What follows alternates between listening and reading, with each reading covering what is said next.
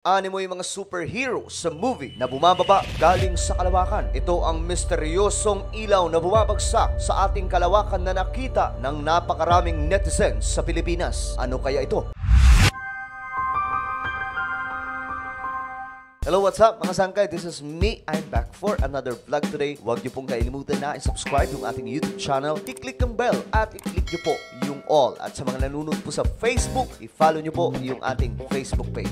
Today mga sangkay, pag-uusapan po natin itong misteryosong ilaw na nakita ng napakaraming netizens sa Pilipinas. Ano nga ba ang paliwanag dito ng mga eksperto? Ano ang misteryosong ilaw na bumabagsak sa ating kalawakan?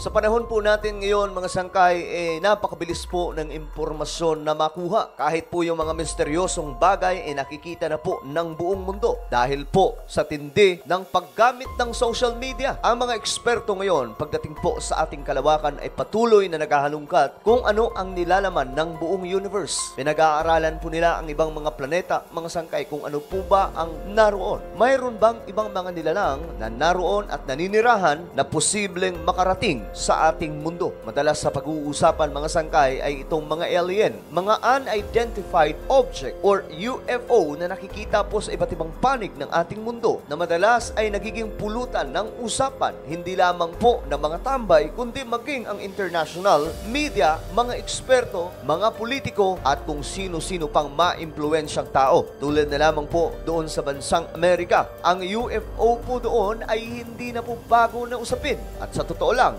dumating pa po sa punto na nagkaroon na po ng hearing sa kanilang Kongreso kung ano nga ba talaga ang katotohanan tungkol po sa mga sinasabing mga nakikitang kababalaghan sa kalangitan na nadidiskubre mismo ng kanilang mga otoridad. May mga naglabasan po ng mga dating opisyal ng gobyerno, lalong-lalo na po pagdating sa Air Force doon sa Amerika, ang nagsasabi na pinapatunayan daw po nila na ang UFO na nakikita po ng maraming mga tao sa buong mundo ay totoong nag-i-exist at ito daw po ay mga sasakyan ng mga hindi pangkaraniwang nilalang. At sinasabi po nila mga sangkay na ang mga nilalang na ito ay nasa ating mundo na raw. Well, pag pinagbasihan po natin ang Biblia mga sangkay, wala pong nasabi dito tungkol po sa eksaktong impormasyon tungkol po sa mga nilalang na iba pa po sa tao. Dahil sa Biblia, nakatutok lamang sa tao ang lahat ng impormasyon. At sa totoo lang mga sangkay, maging ang sulat doon po sa Book of Psalms, pinapaliwanag po dito na lahat ng mga nilalang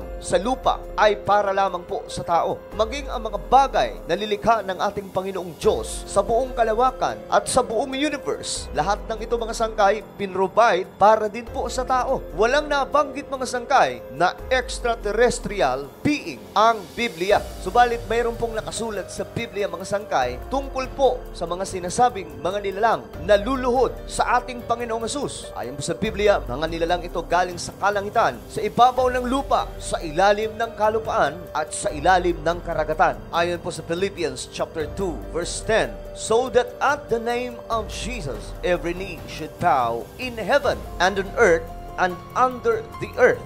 Isa po ito sa passage sa Bible, mga sangkay, na sinasabi ng mga naniniwala na mayroon pa pong mga nilalang sa iba't ibang dako ng ating kalawakan. Nung sabihin sa Biblia na lahat daw po ng tuhod sa kalangitan ay luluhod. At ngayon, ang mga scientists, mga sangkay, ay nasa labas na po ng solar system. Pinag-aaralan po nila ngayon ang mga exoplanets, kung tawagin. Dahil may mga nakikita po sila doon, mga sangkay, nakakaibang mga planeta. Nakahalintulad din daw po ng ating mundo. Pinagbabasihan po nila mga sangkay kung papaano po kumislap ang isang planeta at kung papaano nagbabago ang kulay nito. Kung kaya't marami sa mga scientist ay naniniwala na may mga nilalang daw po na katulad pa natin sa iba't ibang mga planeta. Well, kung ano man yun mga sangkay o ano man ang kanilang mga madidiskubre, tandaan po natin, lahat ng bagay, lahat ng nilalang ayon sa Biblia ay nilikha lamang po ng ating Panginoong Diyos. At ang pinaka-espesyal na nilikha ay walang iba kundi ang tao. Ang mga netizens mula po sa iba't ibang panig ng ating bansa, lalong-lalo na po doon sa Cebu, ay nakakita po ng isang pambihirang ilaw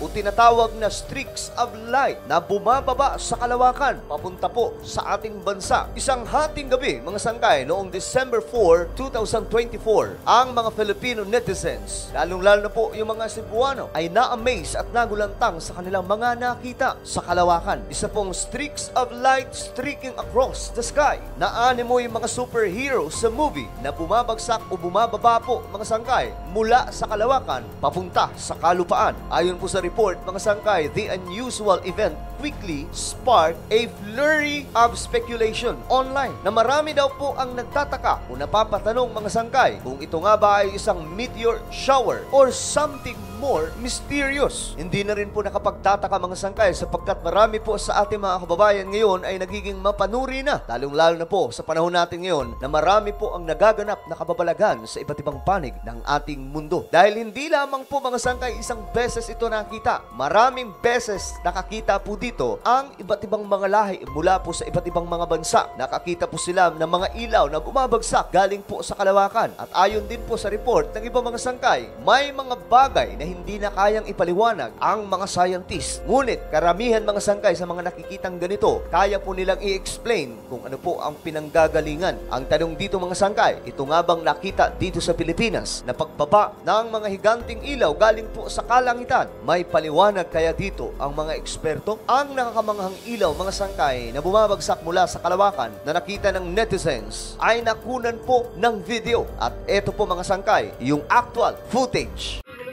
Yo, meteor, abay? Oo, meteor ta. Kaya ata chuya eh.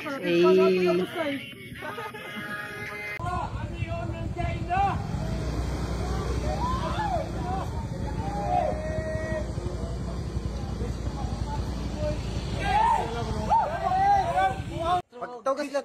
Tuyo kayo, bay. Tawag sila. Samtang makakita pa.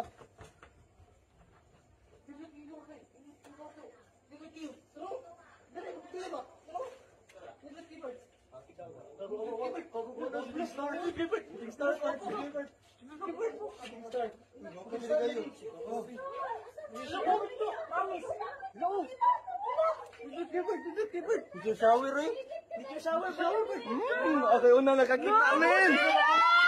So ano nga ba, mga sangkay, ang nakita ng mga Cebuano at ng iba pang mga Pilipino? Ito nga ba ay isang misteryosong bagay mula po sa kalangitan? O pwede nating sabihin, mga alien na bumababa mula sa kalawakan? Ayon po sa report, mga sangkay, as excitement spread, the Philippine Space Agency stepped in to clarify the source of the phenomenon. Kinumpirma po ng mga eksperto, mga sangkay, o ng Philippine Space Agency kung ano po itong bumagsak. Ano ang nakitang misteryosong ilaw na bumababa sa kalawakan? It confirmed that the glowing lights were debris from China's Long March 3B rocket launched earlier in the evening. So isa lamang pala ito, mga sangkay, debris ng isang rocket ng China. The rocket's expected debris fell within the identified drop zones, which were approximately 112 nautical miles from Rizal Reef and 151 nautical miles from Basungwa, Palawan. Ayon po sa balita, mga sangkay, the Long March 3B rocket was launched from the Xichang Satellite Launch Center in Liangshan, Yi Autonomous Prefecture, Sichuan at around 1:55 p.m. on December 3, 2024. Ayon po sa kanilang official website. So malinaw na po, mga sangkay, ang pinanggagalingan nito. Hindi po ito alien, hindi po UFO, hindi po kung sino mga superhero na napapanood natin sa movie. Ang China pala ay nagpalipad ng isang long rocket na tinatawag na Long March 3B rocket na nilaunch ng China at ang debris nito ay bumagsak. So ang nakita, mga sangkay, na ilaw na bumababa sa kalawakan ay hindi po isang meteor shower or isang bagay na misteryoso. Ito lamang daw po, mga sangkay, ay isang debris mula po sa isang rocket na pinalipad ng China. Ang pangyayaring ito, mga sangkay, ay isang paalala ng lumalala o tumataas na interes na pag-i-explore ng mga eksperto sa ating kalawakan. Dahil ngayon, mga sangkay, ito mga scientists, hindi lamang po doon sa Europe, maging dito sa Asia, lalong-lalo na po sa China, ay patuloy po na nag-i-explore sa ating kalawakan. Kung kaya't may mga pinapalipad po silang mga rocket. At isa nga po dito mga sangkay sa mga matunog na pangalan na nais po makapunta sa kabilang planeta ay itong si Elon Musk, ang pinakamayamang tao sa ating mundo. Isa sa kanya mga proyekto mga sangkay ay ang SpaceX. Napakaraming test na po ng kanyang rocket ang pinalipad bago po maging successful ang landing neto papunta po sa ating mundo. Ang goal ni Elon Musk mga sangkay ay makarating po ang rocket papunta po sa Mars. At kapag nangyari ito mga sangkay, matutupad na po ang kanyang pangarap na magpadala po doon ng mga tao sa isang planeta na kung saan hindi po natin alam kung may mga nilalang bang naninirahan. Ayon po kay Elon Musk, magtatayo po siya doon ng mga building at magpapadala ng maraming tao para po sa panibagong sibilisasyon doon po sa planetang Mars. Mapapansin po talaga natin ngayon mga sangkay ang katalinuhan ng tao na talagang namang nag-uumapaw at ito rin po ay biblical. Ang knowledge ng tao sa huling mga araw ay mag-i-increase ayon po sa Biblia. Ang nakitang ilaw mga sangkay na bumabagsak sa kalawakan dito sa Pilipinas ay nakita rin po sa iba't ibang panig ng ating bansa, especially po doon sa Visayas at Mindanao. At naging usap-usapan po ito sa social media na sinasabi nga po ng ibang netizens na habang busy po ang marami sa mga kababayan natin sa mga chismis sa social media, iba't ibang klase mga issues, wala daw po tayong kamalay-malay mga sangkay na may dumaan na po na kakaibang pangyayari sa ating bansa. At tinawag po nila itong mga sangkay na rare, unforgettable moment. Ano po ang inyong opinion sa napag-usapan natin ngayon? Just comment down below. Huwag niyo pong kailimutan na i-subscribe yung ating YouTube channel.